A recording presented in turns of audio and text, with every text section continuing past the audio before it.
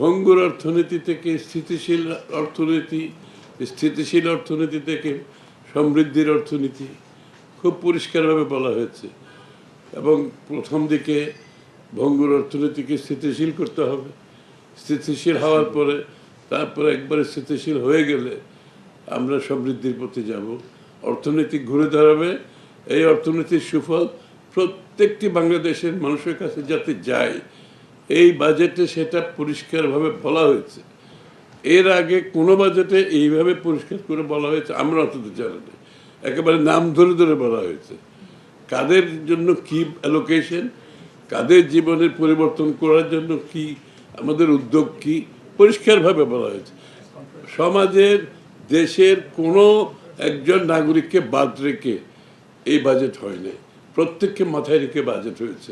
এই জন্য পুরো বিষয়টাকে আমরা বলছি ডেমোক্রেটাইজেশন অফ দি ইকোনমি, অর্থাৎ অর্থনীতির গণতন্ত্রায়ন।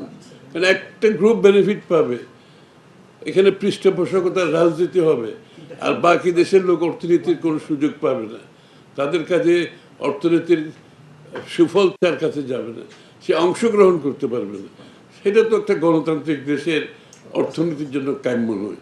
এই জন্য আমরা এই পরিবর্তনটা আনার চেষ্টা করছি।